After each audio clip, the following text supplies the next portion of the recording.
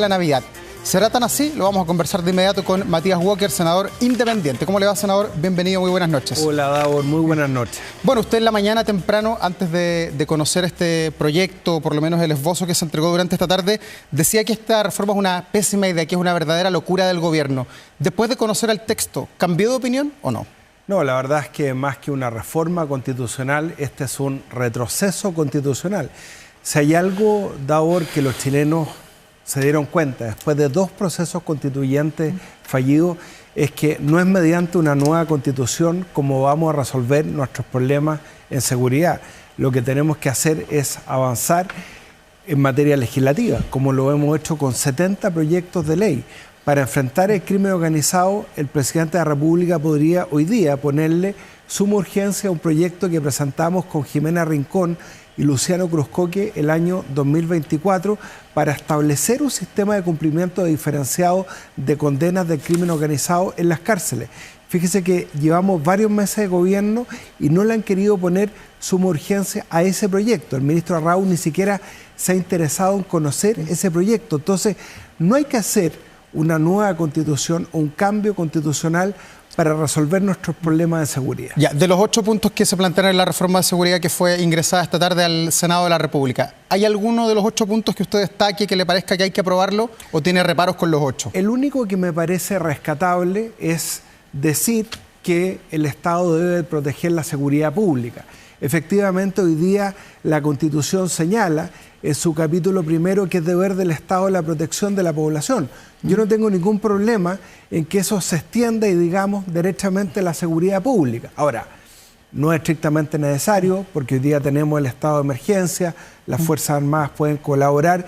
Tenemos toda una serie de proyectos de ley que aprobamos el año 2024 contra el crimen organizado. Esto el ministro Arrau no lo dice, probablemente ni siquiera lo conoce. Por ejemplo, la utilización de agentes encubiertos, agentes reveladores. Hoy día podemos quitarle los bienes inmuebles al narcotráfico, sus propiedades. Entonces no es necesario una nueva constitución para hacer estos cambios. Ya, y respecto a otra de las medidas que se plantea, por ejemplo, el tener un nuevo estado de excepción constitucional, añadirlo a los que ya existen en nuestro país, que permitiría un estado de excepción hasta por 120 días prorrogables. ¿Eso es necesario hoy día? Innecesario y peligroso. ¿Por qué? ¿Por qué innecesario? Porque hoy día está el estado de emergencia que permitió incluso en el estallido social que las Fuerzas Armadas pudieran colaborar con Carabineros en el control del orden público. Segundo, es peligroso porque se permite que hasta 240 días usted pueda establecer este nuevo estado de excepción, ni siquiera por causa, ojo, de crimen organizado o terrorismo, sino que por cualquier causa de seguridad pública y recién a los 240 días el Congreso puede hacer un mecanismo de control. Fíjese que hoy día, respecto al estado de sitio o el estado de asamblea, que son los estados de excepción que restringen más derechos, igual el Congreso tiene un mecanismo de control a los 5 días. Lo dijo ayer el presidente de la UDI. Si el tema, no tenemos que pensar que estas nuevas facultades constitucionales, que espero que no se aprueben porque son demenciales, las va a aplicar este gobierno. Hay que pensar el día de mañana, un gobierno de tinte autoritario, populista, como lo hemos tenido tanto en América Latina, que quiera pasar a llevar al Congreso, perfectamente puede decretar este estado restringiendo libertades individuales, libertad de reunión, interceptaciones telefónicas por 8 meses sin control del Congreso. Y fíjese la guinda de la torta. Yo no podía creer cuando lo leí de ahora. Usted sabe que yo he promovido agenda de seguridad contra el crimen organizado. Yo creo que he sido el parlamentario que más proyectos ha presentado en materia de seguridad. Fíjese que el presidente de la República puede, él, por sí y ante sí, determinar qué organizaciones terroristas o pertenece al crimen organizado, sin pasar por los tribunales de justicia, con aprobación del Senado. O sea, el Senado se transforma en una suerte de jurado que en una sesión secreta, que nunca vamos a conocer sus fundamentos, puede determinar que una organización es terrorista o de crimen organizado. Es decir, esto, a ver, Davor, usted sabe que yo soy muy mesurado en mis criterios. Dudo que esto lo haya redactado un abogado. Ya, su rechazo a esta reforma que se presentó hoy día, ¿es rechazo para siempre o está dispuesto a conversar, a negociar eventualmente con las autoridades del gobierno? Lo que pasa es que estas reformas constitucionales no sirven para nada, porque además el gobierno sabe que no tiene los votos.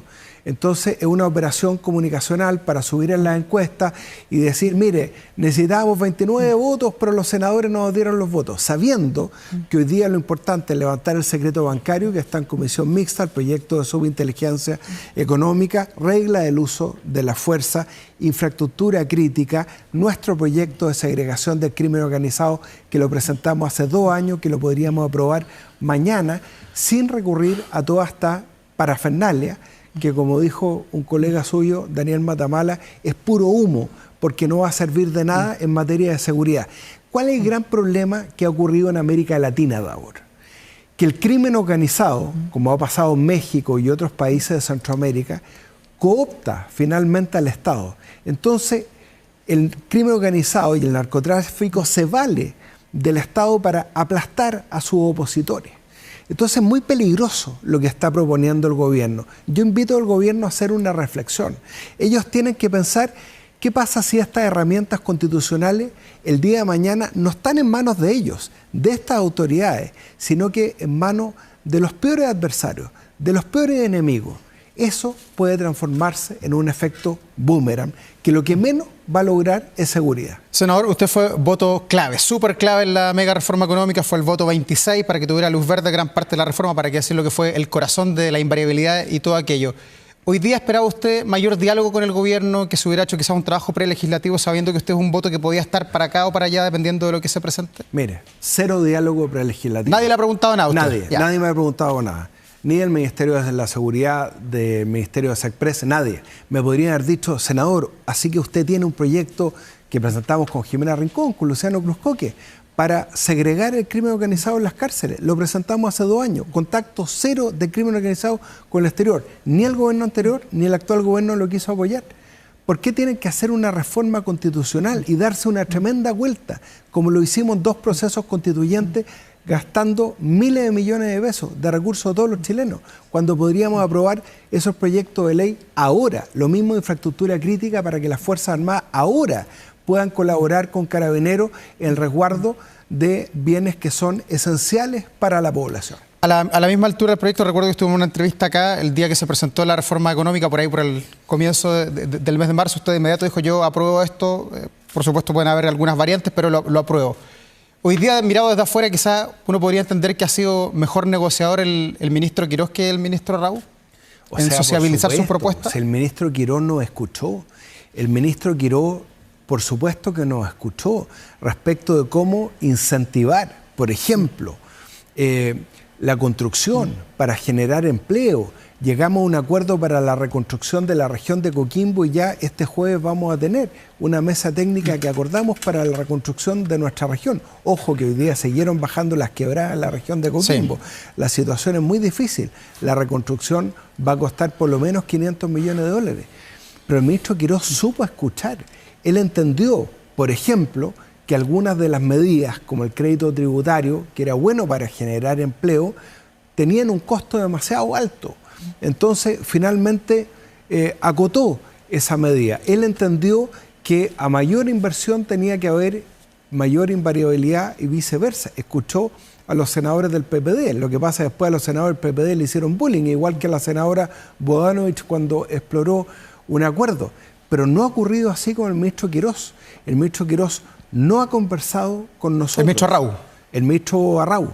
El ministro Arrau, el ministro de Seguridad, no ha conversado con nosotros, a diferencia del ministro Quirós. ¿Y usted cree que viene una instancia de diálogo o cree que esto finalmente es como lo que planteaba al principio de esta entrevista, una jugada más política, no, es una jugada más mediática que legislativa? Política, para subir un par de puntos en las encuestas, pero que no va a resolver los problemas de seguridad. Por el contrario, puede afectar la paz social en nuestro país. ¿Y podría perderlo usted también como concurrente en alguna iniciativa de gobierno? Yo siempre voy a actuar con autonomía en lo que me parezca bien. Así como voté a favor el proyecto de reactivación económica que incluye la reactivación y la reconstrucción de la región de Coquimbo, voté a favor de aumentar el salario mínimo. A diferencia de mis colegas de derecha, voté a favor, por ejemplo, de la reforma de pensiones, a diferencia de republicanos, que votaron en contra de la reforma de pensiones. Siempre voy a actuar con autonomía. Ya, o sea, para completar su postura, senador, con las leyes que hay en nuestro país, desde su punto de vista, ¿alcanza para ponerle coto a lo que está enfrentando Chile? Por supuesto, si hemos sacado adelante 70 proyectos de ley. Si, ¿qué es lo que espera la gente hoy día en las calles de ahora? Es aumento del número de carabineros. Yo le pregunto al ministro Arrau, el Martín Arrau, ministro de Seguridad, así se llama, ¿no? Sí. Mire, él se comprometió a que en agosto iban a ingresar 2.000 carabineros más y en marzo del próximo año 2.000 carabineros más. ¿Cuántos carabineros han ingresado a la escuela de formación de carabineros con los nuevos bonos, con los incentivos? Eso es lo que espera la ciudadanía. Ya, el registro de organizaciones criminales que también se plantea, ¿tiene alguna utilidad desde su punto de vista? Yo creo que no. Yo creo que no tiene mayor utilidad, porque hoy día ya tenemos una ley de crimen organizado del año 2024 que distingue entre asociaciones delictivas y asociaciones criminales. Y ya la Policía de Investigaciones tiene claro cuáles son los elementos y el Ministerio Público para perseguir a una organización criminal. Todo este tema que se ha dicho de que no van a tener derechos, que es muy curioso, ¿no? Porque claro, ahora le sacaron los condenados por narcotráfico, porque hasta ayer una mujer condenada por narcotráfico podía perder beneficios sociales, pero un abusador sexual de menores o un violador de mujeres sí podía tener derecho a esos beneficios. Ahora se restringen los derechos al crimen organizado y al terrorismo.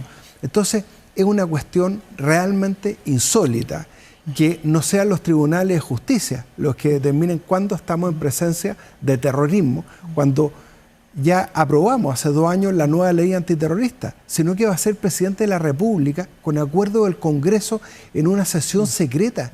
¿De qué están hablando? ¿Usted se imagina lo que puede ser eso?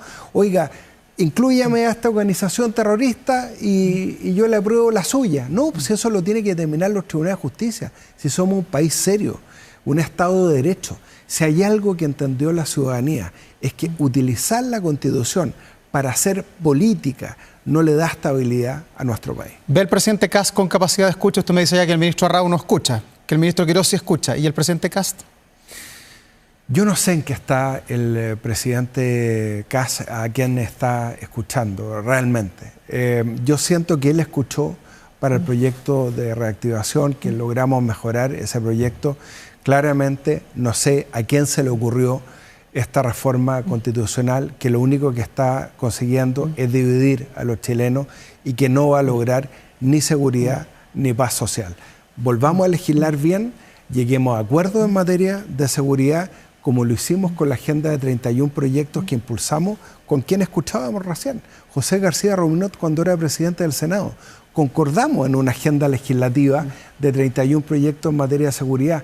Con el gobierno del presidente Boric, usted sabe que nos sentábamos todos los lunes a las 8 de la mañana con las Express a planificar y a priorizar los proyectos de seguridad. El gobierno actual no está haciendo ese trabajo. ¿Y qué más se puede hacer allí para acelerar el trabajo legislativo? Usted dice, bueno, en el periodo pasado se aprobaron cuanto más de 70 leyes en seguridad en el gobierno del presidente Boric, pero hay muchas que se promulgan y luego se espera que se haga el reglamento o no tienen financiamiento. Esta semana o la semana pasada, el día jueves creo entró en vigor la ley de seguridad municipal y faltaban todavía algunos ítems de dinero para que esto pueda ponerse en marcha. Ejemplo, la ley CATI de la velocidad, la ley Uber, está todo en reglamento. Le pongo otro ejemplo. La ley que estableció el control preventivo para fines migratorios. Esa ley la aprobamos hace 2 años y este gobierno no la está aplicando, el gobierno anterior tampoco, porque hay que tener un software para determinar si las personas a quien se les solicita la identidad están en situación migratoria irregular o no. ¿Por qué no se despacha el proyecto de infraestructura crítica que está en comisión mixta? Póngale discusión inmediata. ¿Por qué no se despacha el subsistema de inteligencia económica para perseguir la ruta del dinero, incluyendo, por supuesto, levantar el secreto bancario no solamente con autorización del juez de garantía, sino que a requerimiento de la UAF? Esas son las cosas concretas.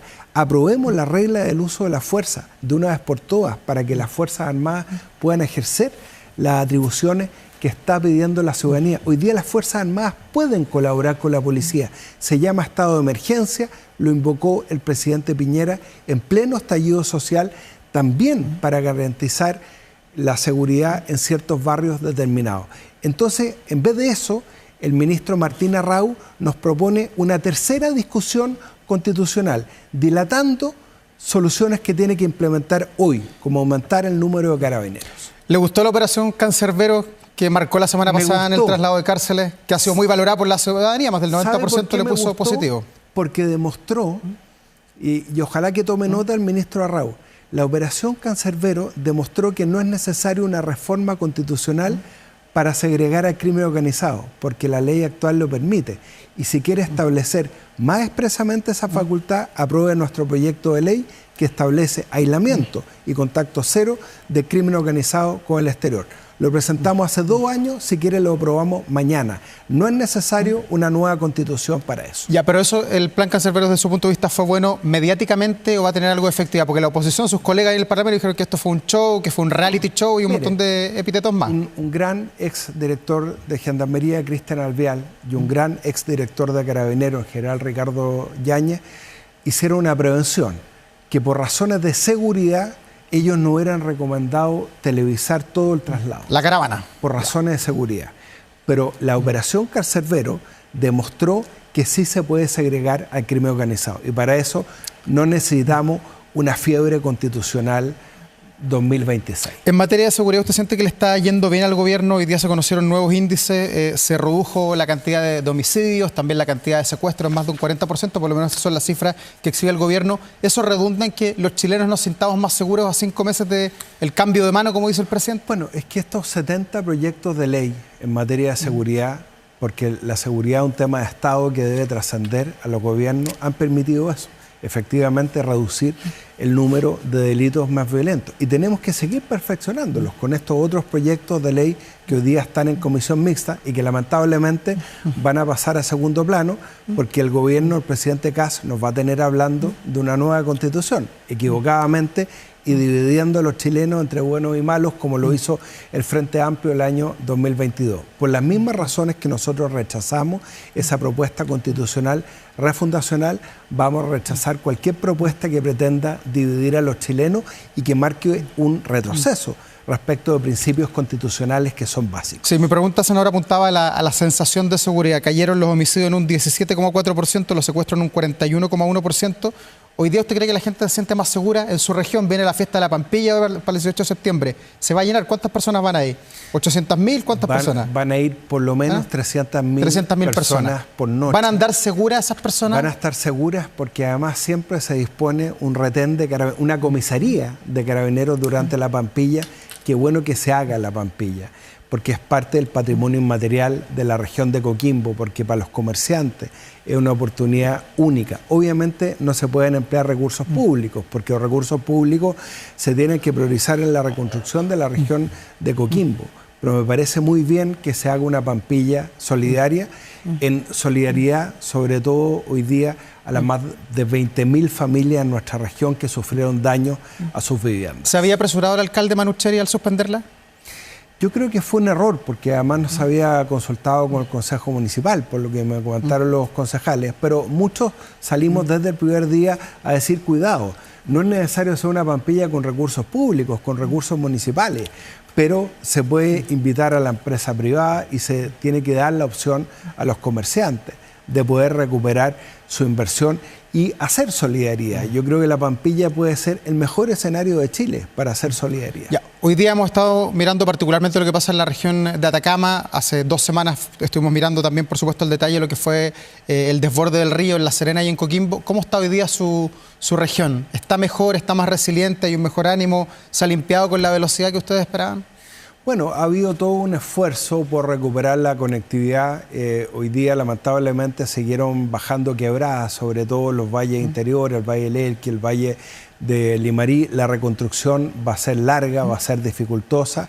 Lo primero que le hemos pedido al ministro de Obras Públicas, con la alcaldesa de La Serena, Daniela Norambuena, con el alcalde de Montepatria, Cristian Herrera, es poner puentes mecanos, porque esos puentes mecanos pueden recuperar la conectividad en el corto plazo sin perjuicio de los puentes, la recuperación de canales de riego que van a demandar mucho tiempo más y lo más difícil que va a ser la reconstrucción de las viviendas. Hay más de 20.000 viviendas, se está haciendo el catastro, afectada, los bonos de recuperación que ya se empezaron a pagar. Tuvimos la sesión de Economía del Senado, la entrega de apoyo a los agricultores a través de Cercotec, los pescadores, 4.600 millones de pesos en favor de los pescadores.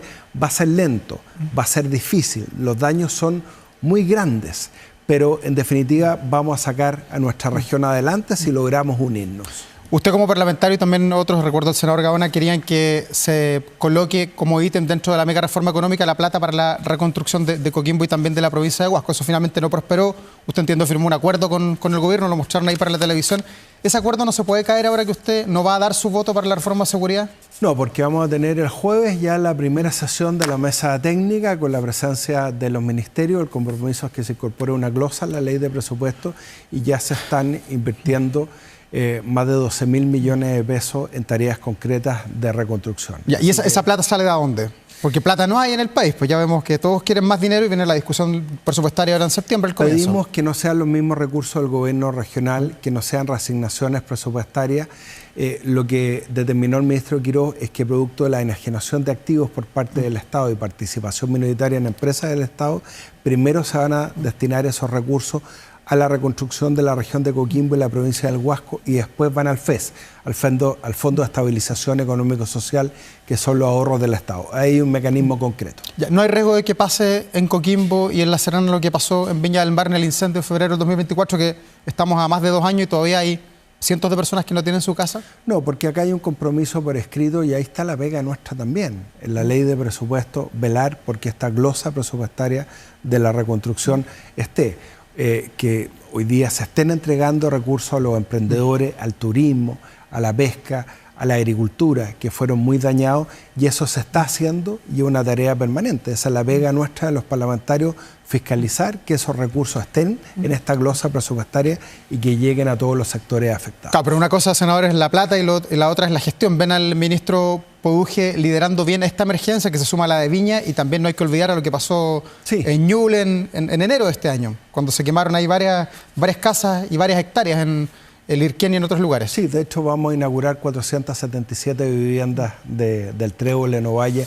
Este sábado va a haber un llamado especial, el DC1, subsidio de mejoramiento. Tenemos el drama de las casas polillas en la región de Coquimbo. Eso se va a concretar ahora en agosto y le pedimos en la Comisión de Economía a un gran ministro, que es el ministro Daniel Mas, que se constituya en ministro articulador de la reconstrucción, una especie de superministro a cargo de la reconstrucción.